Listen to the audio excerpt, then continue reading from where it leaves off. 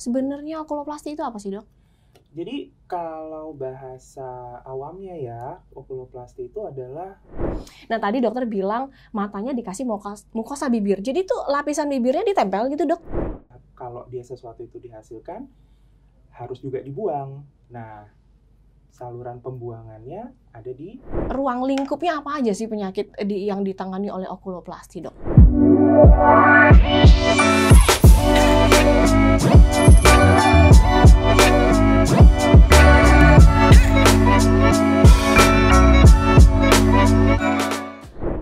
Open your eyes and smile. Halo Jaktis, senang sekali saya dengan Lisa dalam acara JEC Podcast. Narasumber kita kali ini adalah narasumber yang spesial sekali. Beliau adalah dokter spesialis mata, di subspesialisnya adalah okuloplasti dan rekonstruktif surgery. Kita sapa beliau adalah dengan Dr. Indra Mahardika Pambudi, spesialis mata. Selamat pagi Dr. Indra. Halo, selamat pagi Mbak Lisa. Sehat ya dok hari ini ya dok? Syukur sekali sehat, terima kasih. Terima kasih sudah datang di JEC Podcast. Nah ini kita hari ini matching sekali ya, hitam putih ya dok ya. Iya. Wah kita nggak ada ini loh, nggak ada yang namanya janjian ya dok. Tapi dapat aja. Dapat aja ya dapet kita ya. Aja ya kita. Tidak ada sesuatu yang kebetulan. Dok sebelum kita mau bahas tentang okuloplasti, saya penasaran sekali sih dok. Spill sedikit tentang dokter deh. Kenapa sih dok memilih dokter spesialis mata? Kenapa nggak dokter anak, dokter jantung, dokter tulang gitu dok? Kenapa harus mata sih dok? Karena gini, saya itu adalah orang yang sebenarnya ingin melihat sesuatu tuh hasilnya cepet gitu loh. Saya intervensi, besok langsung kelihatan. Itu pertama kali saya tahu bahwa langsung kelihatan hasilnya tuh begitu saya tahu, oh ya operasi katarak. Operasi katarak itu kalau misalnya kita kerjain hari ini, pasien yang tadi cuma ngelihat bayang-bayang, besok udah bisa jalan sendiri. Yang tadinya harus dituntun, langsung besok bisa jalan sendiri. Itu dari saya koas, saya lihat ya, ada tuh ya pasien kayak gitu. Sampai saya jadi residen, ketemu juga pasien seperti itu, dia bilang sama saya langsung bisa jalan dok. Oh gitu. Sampai saya jadi dokter spesialis mata di JEC. Ya, dari yang nggak bisa ngapa-ngapain sendiri, langsung jadi mandiri lagi. Ya, itu motivasi itu pertama. Motivasi ya dok. Itu yang buat wow akhirnya fix nih jadi spesialis mata deh gitu lanjutannya dok. Betul sekali. Oke. Jadi ini sebenarnya cita-cita atau enggak sih dari awal pengennya apa dok? Dari awal saya tuh memang kalau nggak jadi dokter spesialis mata, saya maunya jadi dokter spesialis penyakit dalam. Tapi balik lagi, kalau dokter spesialis penyakit dalam itu kita pelan-pelan banget ngelihat improvement dari pasien. Tapi kalau kita spesialis mata, hari ini kita kerjain, besok kita bisa lihat hasilnya. Iya, jadi langsung kelihatan dia. Emang intervensinya langsung kelihatan hasilnya. Baik. Thank you dok, udah spill tentang dokter nih. Nah sekarang kita mau bahas tentang okuloplasti. Kan dokter ahli di bagian okuloplasti dan rekonstruktif surgery dok. Sebenarnya okuloplasti itu apa sih dok? Jadi kalau bahasa awamnya ya, okuloplasti itu adalah segala sesuatu ya yang terkait dengan kelainan kelopak dan juga adneksa mata ya, dan juga jangan lupa tulang-tulang sekitar mata, terus habis itu juga jaringan di sekitar mata kita ya, itu termasuk juga ini saluran ini pembuangan air mata ya, itu juga masuk ke situ. Jadi kelopaknya, saluran pembuangan air matanya, dan tulang-tulang serta jaringan-jaringan di sekitarnya, lemak-lemaknya juga. Gitu ya. Itu layanan okuloplasti ya dok ya. Betul. Tadi dokter bilang ada saluran air mata. Emang kita punya saluran dok? Air mata itu di bagian mana salurannya dok? Jadi kan kalau misalnya kita bicara soal air mata ya, kita tuh kan punya kelenjar yang memang spesifik menghasilkan air mata ya, kelenjar lakrimal.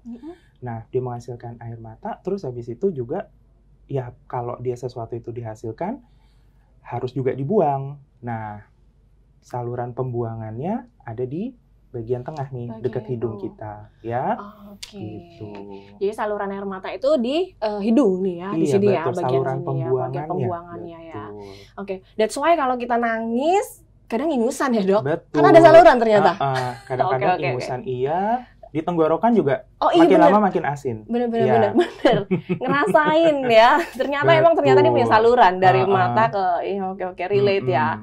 Udah dapet kan sahabat Jaktis, ternyata nangis kemana-mana nih, akhirnya bisa ke ingus, kemudian ke tenggorokan kerasa gitu, karena ada saluran, satu saluran semuanya. Ruang lingkupnya apa aja sih penyakit yang ditangani oleh okuloplasti dok? Jadi kita sih kalau misalnya mau bicara gampangnya, kita ya bisa bagi ya sesuatu yang didapat, baik itu karena faktor umur atau karena memang ada penyakit tertentu, atau sesuatu yang sifatnya bawaan dari lahir, atau sesuatu yang kita sebut dengan keadaan kongenital, ya.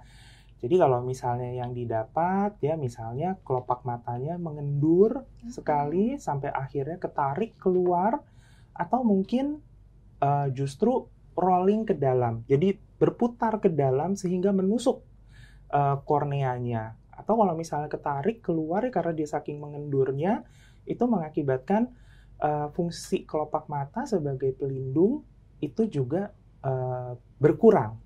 Nah, ada juga nanti ya mungkin ya yang sifatnya pun juga estetik, ya. Nanti ya kita mungkin mau bahas satu persatu gitu ya, Mbak Lisa ya. Iya, boleh dok.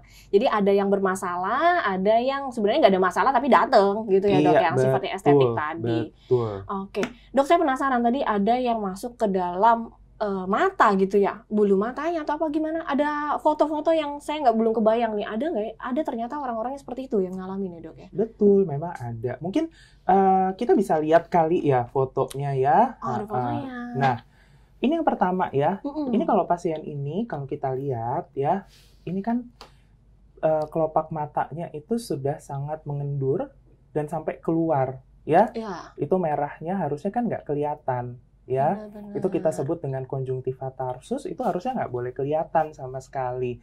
Ya, ini ke pasien ini datang ya dengan matanya merah, itu udah pasti, terus udah kayak gitu berair terus-terusan, nggak nyaman. Nah, ini yang dapat pertama kali teman saya, ya. Jadi dari servis yang lain justru. Oh, justru servis yang lain nemuin. Betul, servis yang lain nemuin, terus habis itu rujuk ke saya cepet-cepet. Nah, saya bilang, ini sih mau nggak mau memang harus dioperasi. Ya, kalau misalnya nggak dioperasi, ya nanti akan berair terus, meradang terus permukaan bola matanya, makin tidak nyaman. Ya, jadi mau nggak mau, baiknya ya kita rekonstruksi. Nah, saya rekonstruksi, saya kencengin lagi. Karena kan kekendurannya ini sifatnya adalah kekenduran horizontal. Ya, jadi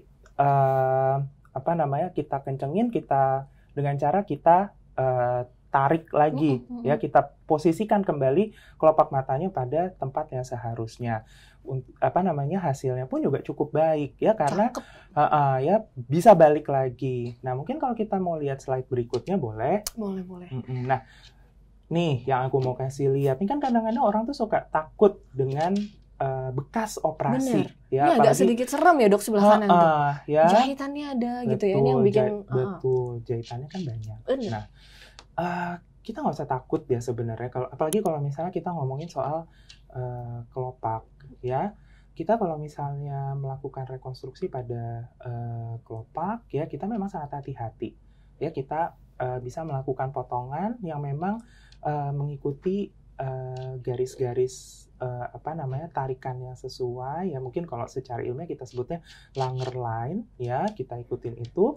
Nah, dan kita juga gunakan benang yang memang sesuai untuk kelopak mata. Jadi tidak terlalu besar ya sehingga menimbulkan peradangan yang hebat, tapi juga tidak terlalu kecil sehingga tarikannya pun nggak terlalu lemah. Jadi jangan sampai belum waktunya kita cabut jahitan itu sudah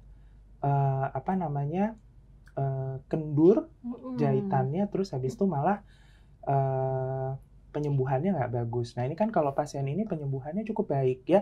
Ini kalau kita lihat ini 4 hari pasca 4 operasi. hari pasca operasi. Betul. Kemudian yang ini 1 minggu. 1 minggu udah begini dok, Iya. udah kehilangan, udah nggak ada lagi tuh, nggak kelihatan ya, lagi ini ya. kan sekitar Wow. 1 minggu. Ini 10 hari. 10 hari ya, nih. 10 hari Oke. itu ya. Antara 10 hari sampai 14 hari benang tuh udah bisa mulai dicabutin. Ya udah mulai bisa diangkat benangnya karena luka tuh sudah mulai menutup. Nah, setelah itu yang paling ujung ya itu terakhir itu 1 bulan. Wow, sahabat Jaktis, jangan takut, sebulan udah maksimal, Bo. Iya, Gini jadi, ya. Wow, ternyata oke. 1 bulan Udah cakep ya, bekasnya maksimalnya udah hilang. Ini Betul. nggak butuh waktu lama sebenarnya ya dok, Betul. teratasi semuanya ya kan. Iya. Ini sebenarnya faktornya usia dok, terjadi seperti ini atau karena apa sih? Karena ini memang faktor umur. Ya, begitu kita sudah mengalami proses aging. Nah, ini proses aging yang saya bilang sebenarnya tidak normal, ya. Karena kalau misalnya proses aging yang normal ya orang harusnya tidak mengalami yang kita sebut ini kan ektropion namanya ya. Jadi tarsal plate-nya itu seharusnya tidak sekendur ini, otot-ototnya tidak sekendur ini. Jadi posisi kelopak matanya pun walaupun kendur ya itu tidak sampai ketarik keluar ya. Tapi karena kekendurannya yang luar biasa berat ya akhirnya memang ketarik keluar. Nah ini kan kalau ini mau nggak mau ya harus direkonstruksi ulang. Benar-benar. Jadi karena faktor usia, elastisitas berkurang gitu kan kulit ya dok. Jadi ngendur. Oke. Ada foto lain nggak dok? Kira-kira nih dok? Saya penasaran nih, keren banget. Nah ini kalau ini apa yang nih, dok? ini blefaroptosis. Ya, ptosis pada kelopak mata. Jadi kelopak matanya turun, ya. Dan kalau misalnya ini kan lumayan mengganggu ya. Kalau yang ini baik secara fungsional maupun kosmetik pasti berpengaruh untuk pasiennya karena begitu dia kelopak mata itu menutupi aksis penglihatan kita, melewatin pupil kita, ya itu pasti akan mengganggu penglihatan. Jadi lapang pandang kita yang bagian atas itu akan ketutupan sama kelopak. Karena tutup ya dok, jadi menghalangi penglihatan. Betul sekali. Nah, kalau seperti itu mau nggak mau ya harus kita kencengin lagi. Kalau kita baca di buku-buku ya memang operasi blefaroptosis ini salah satu yang paling sulit. Kenapa? Secara teknis kalau menurut saya sih nggak sulit. Yang sulit adalah mengukurnya yang benar. Berapa banyak otot yang mau kita kencangkan sehingga kanan dan kiri itu bisa sama. Ya ini kalau saya ya itu sampai saya intraoperasi ya karena kan ini pasiennya tuh berkali-kali saya meja operasi kan bisa didudukin gitu ya meja operasi kita. Itu sampai saya dudukin dulu, saya minta dia buka mata. Jadi ini operasinya dalam bius lokal. Oh ini lokal ya dok ya? Betul. Jadi intraoperasi ini udah sama nih. Jadi antara hitungan saya dan di atas meja operasi udah setara, udah sesuai, baru saya berani tutup kulitnya.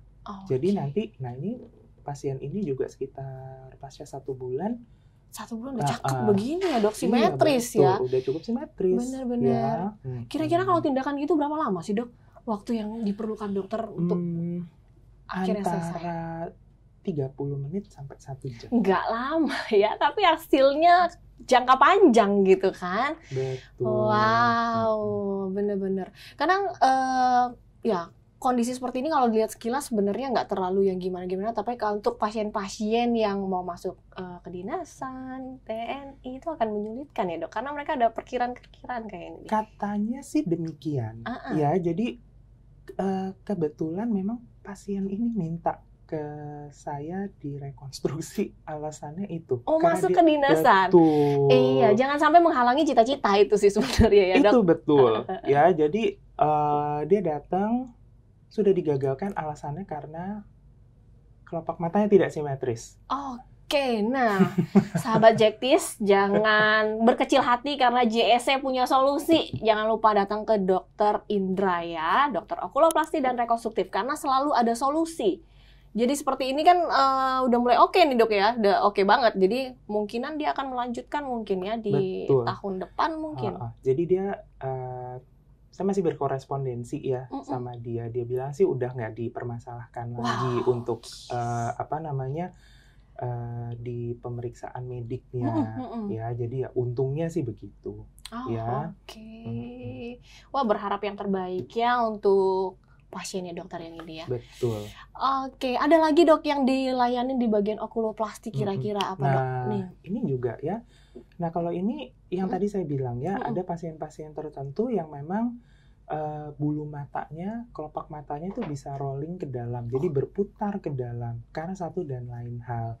Kayak misalnya pasien ini, ya ini dia udah 18 tahun. Jadi 18 tahun saya nggak tahu kenapa nggak pernah ada yang bilang bahwa ini penyebabnya adalah bulu matanya yang masuk ke dalam. Jadi dia datang, matanya terus-terusan berair, merah, ya. Ya mau nggak mau ya, saya bilang ini harus dibenerin, dilakukan tindakan, ya. Kenapa? Karena kalau misalnya tadi kan foto pertama bulu mata, kelopak mata rolling, tertarik keluar, ya kan? Ya jadi itu kelopak mata sebagai pelindung fungsinya berkurang. Benar. Tapi kalau pada pasien-pasien yang seperti ini, begitu bulu mata kita menusuk ke dalam, ini akan merusak kornea kita. Ini kalau misalnya pada pasien-pasien usia muda, ya, dia nih umurnya waktu saya rekonstruksi 18 tahun. 18 tahun. Astigmatnya luar biasa tinggi.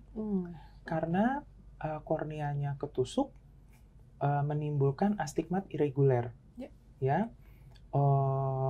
Jadi udah dipakein, kalau saya nggak salah astigmatnya tuh sampai 3. Waduh, jadi silinder tinggi 3. silindernya udah 3. Betul. Ini karena kegesek doang nih sebenarnya dok? Betul, karena kegesek yang berulang. Jadi Oke. kelainan ini kronik sifatnya. Iya, nggak kebayang kalau kita kena debu aja sakitnya minta ampun, perihnya minta ampun. Ini berkelanjutan kan, tiap hari kan emang posisinya begitu kan dok? Betul.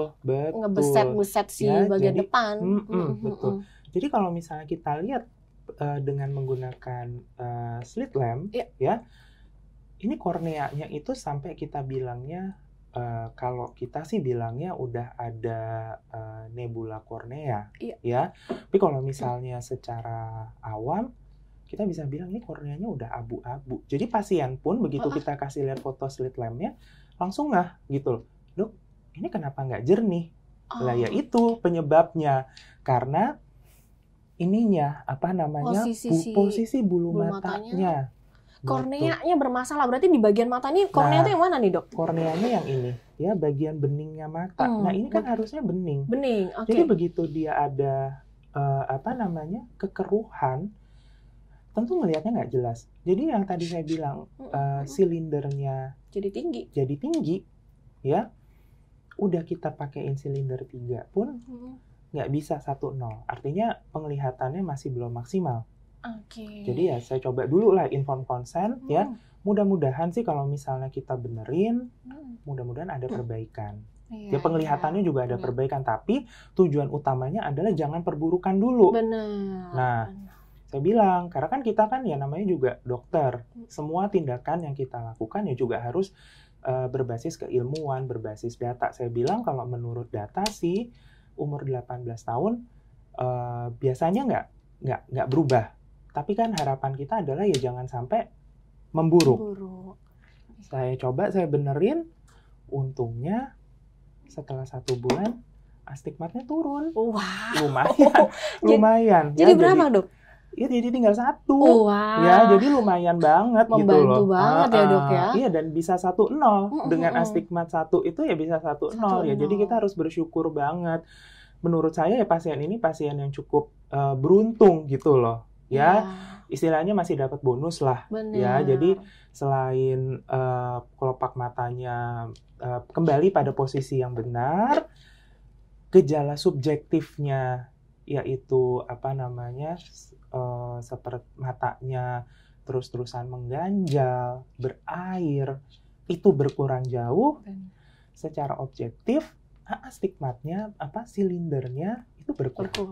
Ini banyak yang maksimal semuanya nih. Posisi kelopaknya udah baik, penglihatannya juga makin oke gitu. Ini kan usia 18 tahun ya, Dok. Jadi kalau misalnya ditemukan lebih muda lagi usianya, apakah memungkinkan operasi dalam waktu dekat gitu, Dok, kalau begini kondisinya? Masih bisa.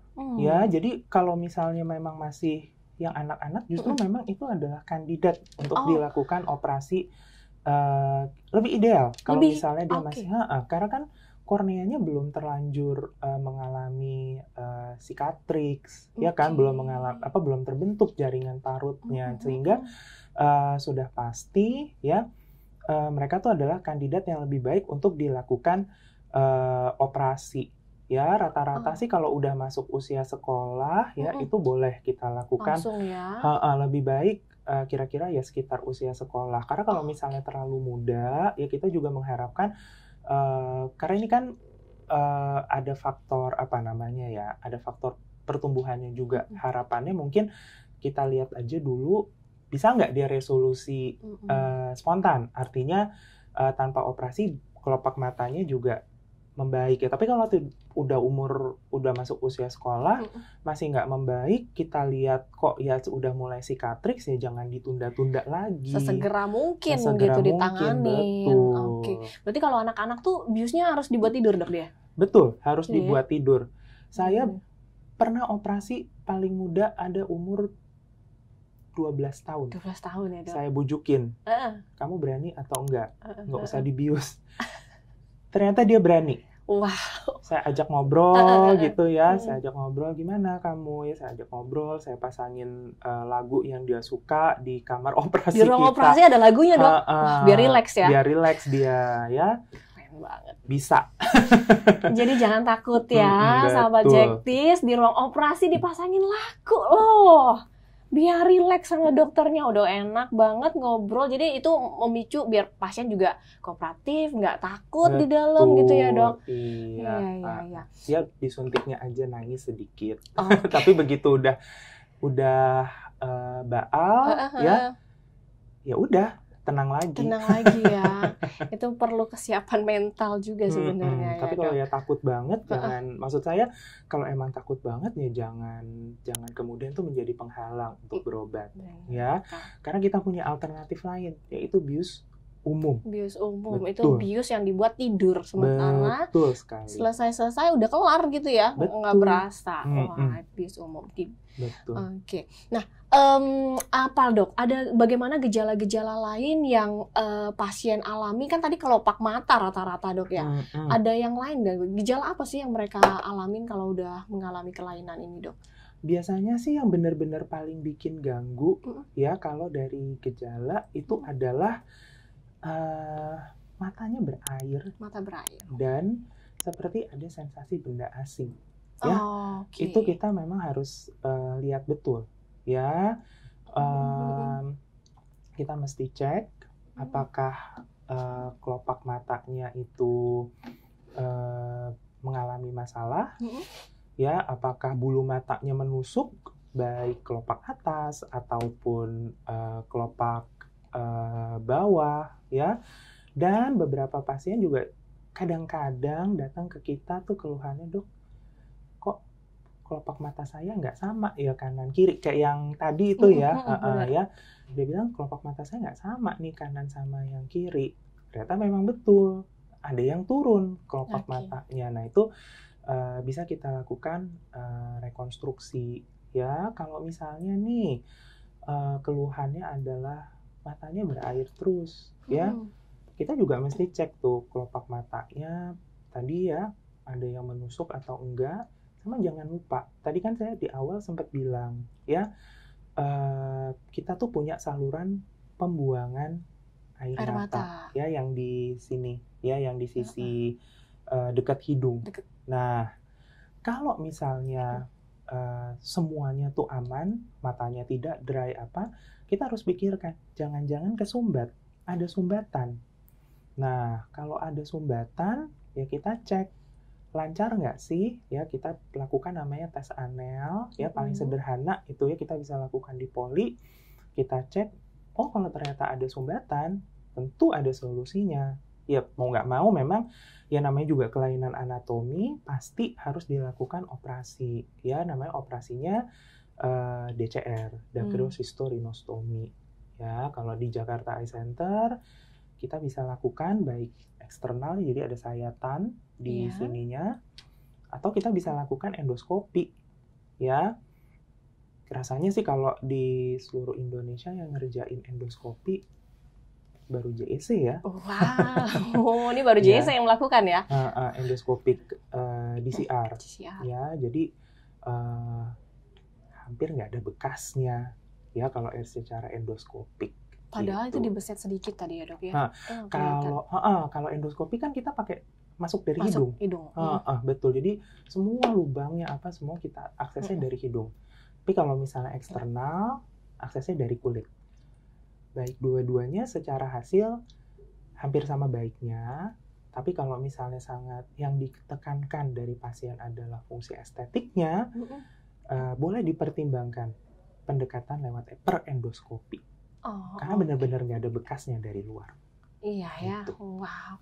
Tadi kan mengenai kelainan. Nah sekarang tadi dokter sounding terkait estetik. Ya dok ya. Nah, contoh-contoh yang sifatnya estetik tuh gimana dok? Kita punya foto-foto lain nggak dok? Coba kita lihat. Nah ini kenapa nih dok? Ini kelainan kongenital. Ya? Bawaan lahir. Bawaan lahir. Begini. Ya. Posisinya. Tapi ini kasus yang kita sebut, saya sih sebutnya neglected case. Ya. Jadi pasien ini udah ke berbagai dokter. Baik. Nggak ada yang aware sama kelainannya, bahwa kelopak matanya turun, ya, ada telekantus ya, jadi antara jarak antar keduanya tuh jauh, ya, itu nggak ada yang aware, sampai dia datang ke Jakarta Eye Center. Jadi udah ke beberapa dokter sebenarnya, udah bertahun-tahun nggak ada yang aware gitu untuk, kasihan sekali sampai usia segini baru akhirnya ditindak lanjut.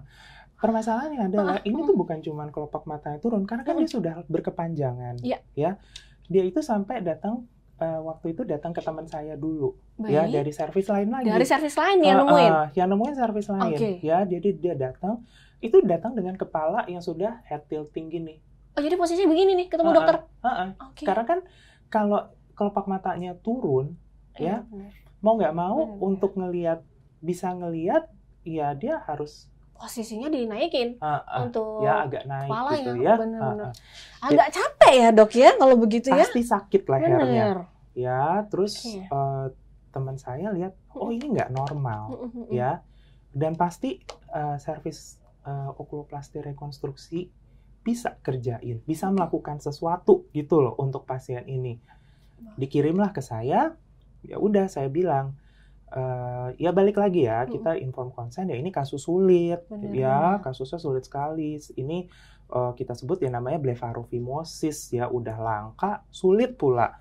Tapi ya kita kerjain, saya coba rekonstruksi ya.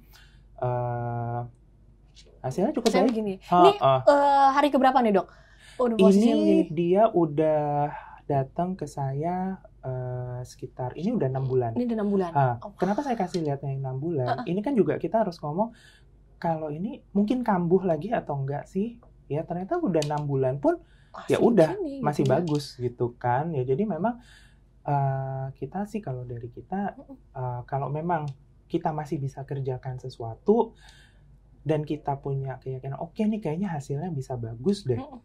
Kita pasti, udah deh, kita coba kerjain aja dulu. Ini ibunya pasti bahagia banget ya pas datang dokter karena posisinya udah nggak naik lagi kan? Ya kan, posisinya udah begini ya, dia kayak udah gitu, normal. Terus habis itu dia fotoin semuanya ke keluarganya. Ya jadi katanya dia tuh, saya juga kaget ya karena kan dia punya WA grup keluarga. Terus dia selfie, dia kirim ke keluarganya bilang, bagus ya, jadi kan itu nggak ada lipetannya ya, jadi ada lipetannya. Terus ada yang bilang, saya tuh sampai mau ketawa karena ini ya, happy ya gitu, sampai katanya, oh jadi cantik ya gitu kan, lu alhamdulillah gitu kan. Menurut saya, aduh syukur sekali deh kalau misalnya itu ternyata tidak hanya secara fungsional tapi bikin pasiennya tuh lebih pede ya, Dok? Lebih pede Bener. gitu loh. Karena Ya, benar-benar, karena bagaimanapun mata itu adalah bagian penunjang penampilan kita. Kan kita betul. berharap ya, Dok ya, kalau Mm-mm. tampil itu percaya diri, kemudian dengan mata sehat pastinya dan yang indah, ya kan? Makanya tadi dia kan semakin happy tuh selfie dokter bilang kan. Betul. Benar. Ya, jadi apa namanya? Ya, secara fungsional dapat, secara estetik pun juga dapat. Benar ya. Betul. Jadi dua sekaligus, estetiknya dapat jadi lebih cantik, kemudian fungsionalnya penglihatannya lebih maksimal. Betul, Ya, Dok, ya? betul sekali. Baik. Ada foto lain, Dok, yang boleh kita bahas nih di sini. Nah, ini apa nih, Dok? kalau yang ini soket. Soket. Ya. Soket itu bagian ini dalam jadi mata. Gini, kalau kita bicara, jadi gini, ada pasien-pasien tertentu ya, bola matanya udah nggak bisa kita selamatin lagi. Oke.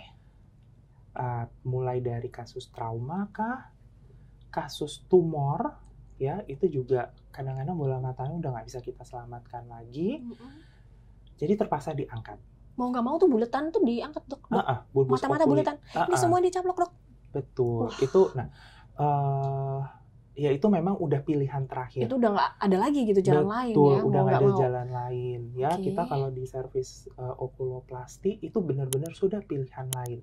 Jadi misalnya matanya kesakitan luar biasa. Jadi ada kan ya namanya glaukoma absolut. Dokter glaukoma udah bilang ini kayaknya kesakitan terus, udah sekian usahakan maksimal ya, udah nggak bisa lihat juga. Mereka udah usaha maksimal lah istilahnya untuk mengontrol rasa sakitnya apa ya. Baru mereka akan kirim ke kita ya, tim okuloplasti ya. Nah, kita lakukan pengangkatan ya supaya udah nggak kesakitan lagi dan kita pasang protesa. Nah, permasalahannya kalau misalnya dilakukan yang kurang benar ya, atau misalnya pasiennya sendiri perawatannya kurang, nah itu nanti soket itu ya, dudukan si bola mata palsu mata palsunya itu bisa mengkerut. Oke, dia jadi ngecil gitu ya, nggak sesuai lagi. Sehingga si protesanya itu ya, mata palsunya itu nggak bisa terpasang. Nah, protesa tuh mata palsu ya, Dok? Betul. Jadi dibuatkan mata palsu yang nanti untuk menggantikan mata yang sebelumnya udah kita buang gitu, dokter buang. Betul. Oke. Nah, itu kan kalau di yang atas sih bener-bener protesanya tuh nggak bisa dipasang. Oke. Ya, karena bagian bawahnya melandai, bagian atasnya mengkerut. Oke. Ya, jadi protesa tuh bener-bener nggak bisa. Ya, jadi ini kita rekonstruksi dengan menggunakan graf mukosa bibir. Ya, jadi kita ambil kulit dari bibir ya, karena kebetulan ini kan secara volume ya kita lihat, oh ini kayaknya volumenya masih cukup. Ya, jadi graf mukosa bibir ya kita ekspansi ya, setelah sekitar ini 1 bulan ya, protesa sudah terpasang. Bisa masuk ke dalam. Betul. Nah, ini kan masih protesa lamanya dia nih yang kekecilan ya. Nanti kalau misalnya udah seperti ini, kita di JSC juga bisa bikinin protesanya. Ya. JSC juga bisa buat mata palsu. Betul sekali. Benar. Ya, jadi one stop service. Keren banget, kita, semuanya lengkap di JSC ya, Dok. Betul, ini one stop service kita kalau misalnya di ini ya, di JSC. Jadi kita nggak usah kirim-kirim lagi ke tempat lain ya. Di JSC Menteng ya, kita memang punya bagian yang khusus untuk bikinin protesa. Kalau protesanya udah ada, mau diasah, mau dibersihin ya. Diasah ya, terutama kalau dibersihin tuh pasien harus kita pasti ajarin.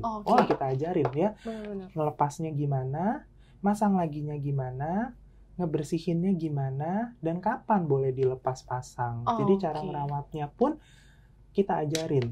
Ya, harus ya, wajib ya buat kita di servis okuloplasti. Jadi jangan sampai kita dan pasien udah kerja keras kan, namanya pasien juga pasti ya, dia juga kerja keras dong ya kan, datang ke kita dioperasi apa, kita juga dokternya, kita maunya itu bertahan lama ya kan, sampai kalau perlu sampai seumur hidup nggak perlu dilakukan lagi tindakan.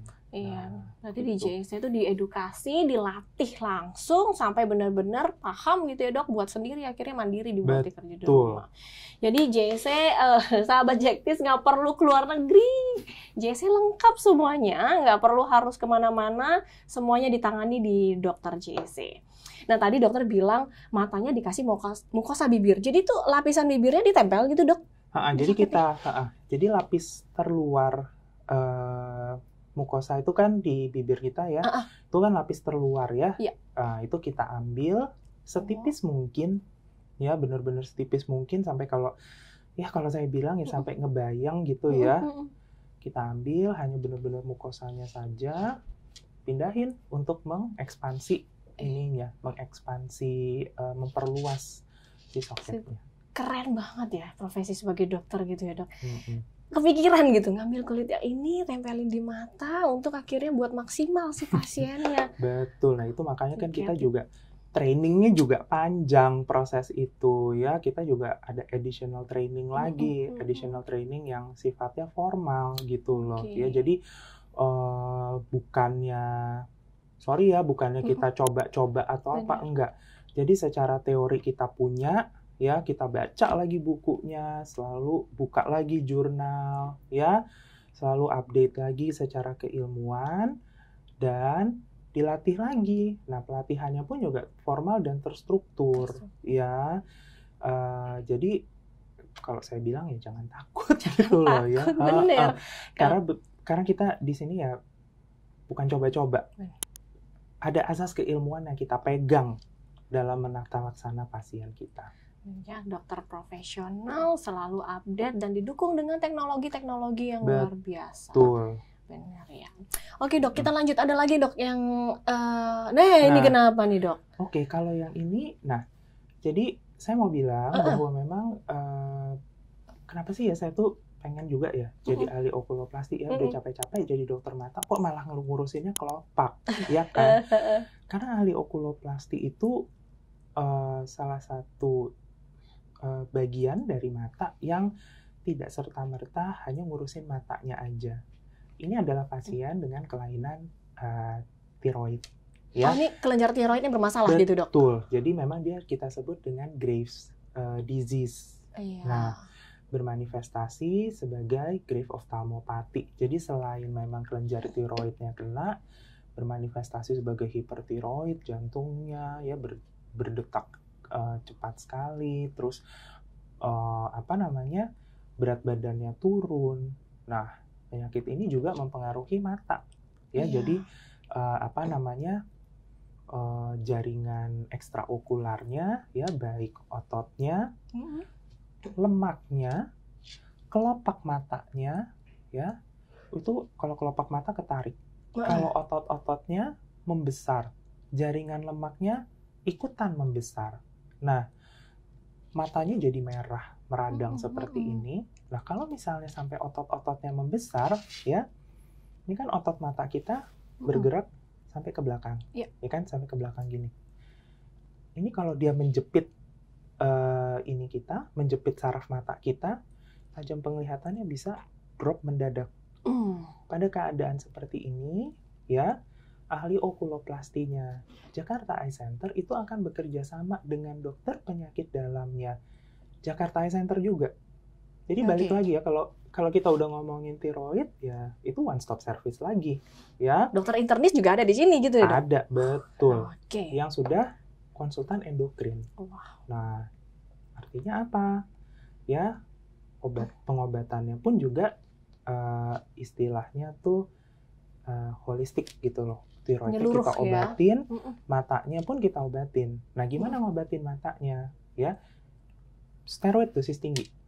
Ya, kenapa kita berani? Balik lagi, karena kita kerja sebagai tim.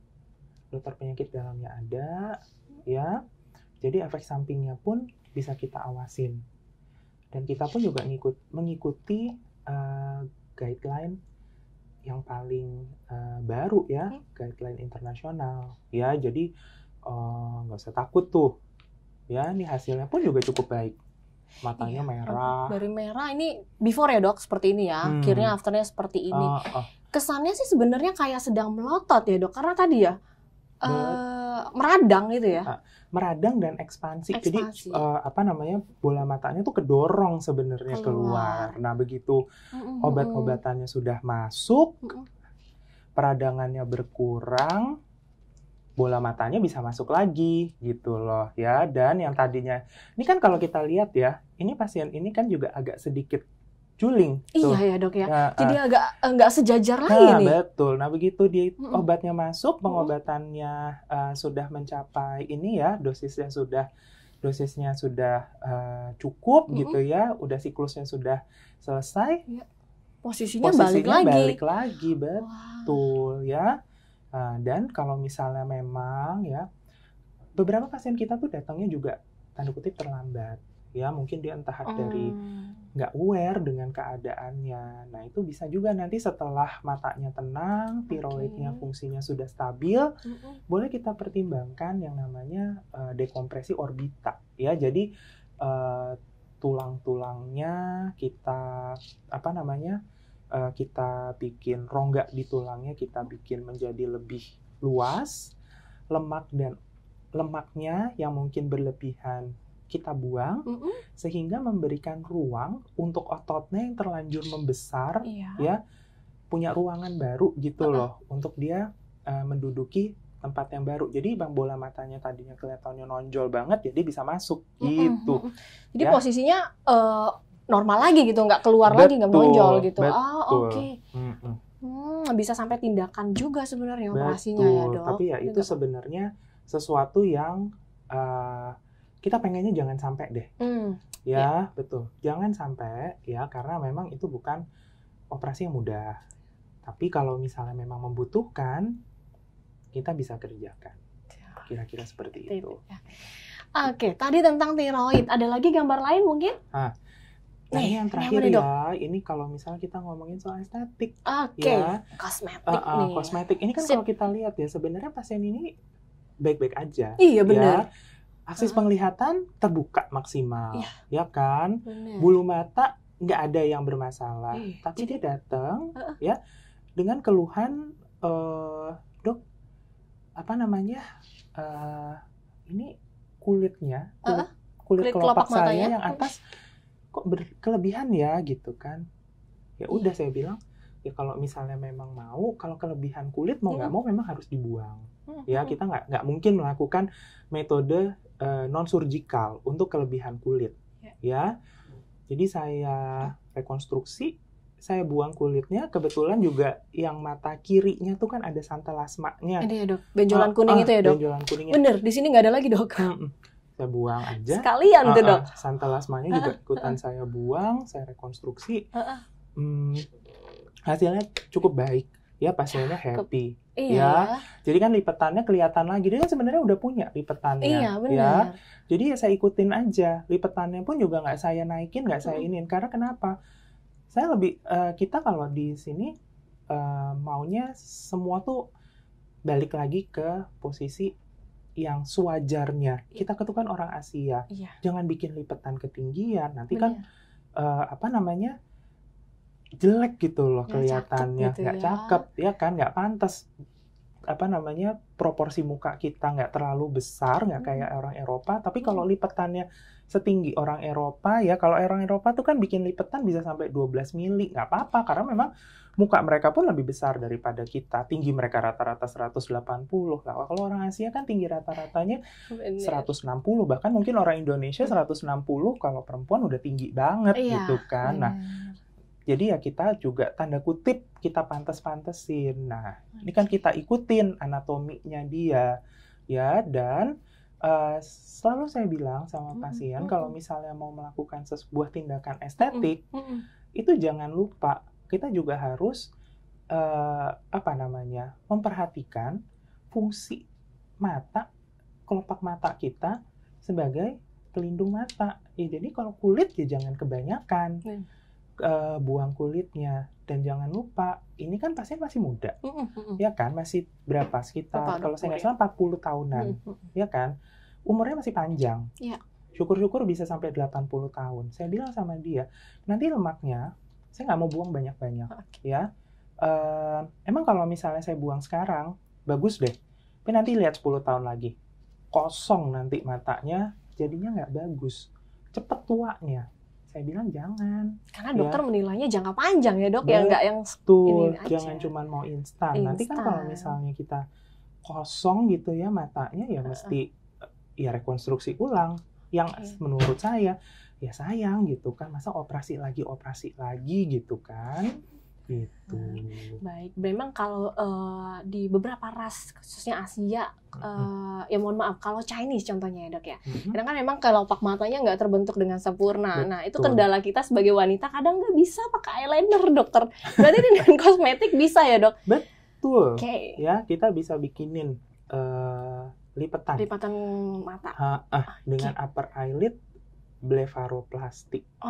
Ya? Berarti nggak hanya wanita, pria boleh dong? Boleh. Nunjang penampilan, iya nggak sih dok? Betul, jadi kalau memang mau punya lipatan, boleh. Boleh banget ya. Betul. Jadi bapak-bapak, bukan hanya untuk wanita, dicatat tidak hanya wanita. Jadi pria juga boleh untuk menunjang penampilan gitu ya. Dan jangan lupa ke dokter okuloplasti. Ini saya udah kepikiran nih, 20-30 tahun ke depan kalau elastisitas kulit saya udah menurun, saya mau cari dokter Indra. Iya dok ya, dibenerin gitu ya, biar lebih cakep, tetap cantik muda gitu ya dok. Baik, dokter Indra berarti adanya di JEC Kedoya, di JEC Tambora, dan JEC Cinere, benar ya dok?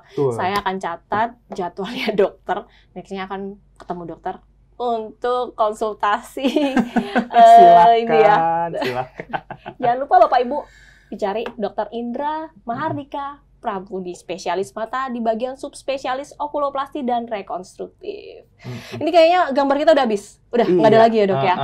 Oke, ini kita udah berada di penghujung acara. Sebenarnya semakin menarik, semakin kita bahas ya dok. Tapi waktunya terbatas nih dok. Iya. Dokter ada pesan-pesan untuk sahabat Jektis semua? Kalau saya sih pesan take home message-nya, ya kalau misalnya memang ada keluhan, silakan datang saja ke dokter spesialis mata kita, ya.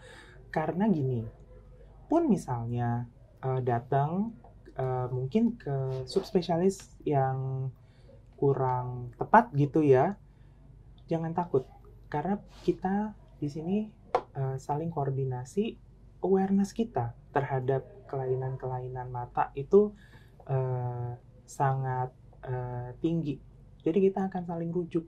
Ya, jadi kalau misalnya matanya memang kelopak matanya udah mulai turun, matanya merah dan berair terus, khawatir, datang aja ke kita untuk berobat. Kita cari penyebabnya apa. Ya, apakah ada yang bisa kita lakukan? Baik dengan metode surgikal maupun non-surgikal, sesuai dengan indikasi medis yang ada. Oke, thank you Dokter Indra. Oke, sahabat Jektis, ini kita mau pamit undur diri dulu. Pesan-pesannya Dokter Indra sudah selesai nih. Jadi jangan lupa untuk ke JEC, periksakan kesehatan mata Anda, karena JEC menyediakan layanan one-stop service, menyeluruh holistik sifatnya. Oke, terima kasih banyak telah stay tune terus di JEC Podcast. Jangan lupa follow Instagram kita di JEC Eye Hospital. Like, share, subscribe. Jangan lupa subscribe dan komen sebanyak mungkin. Siapa tahu kalau kalian komen mau tahu next topiknya ini dong gitu ya. Boleh banget, nanti mungkin akan dibawakan oleh host berikutnya dengan narasumber yang luar biasa pastinya. Oke, mohon undur diri dulu, saya dengan Lisa dan Dokter Indra. Sampai ketemu, selamat pagi.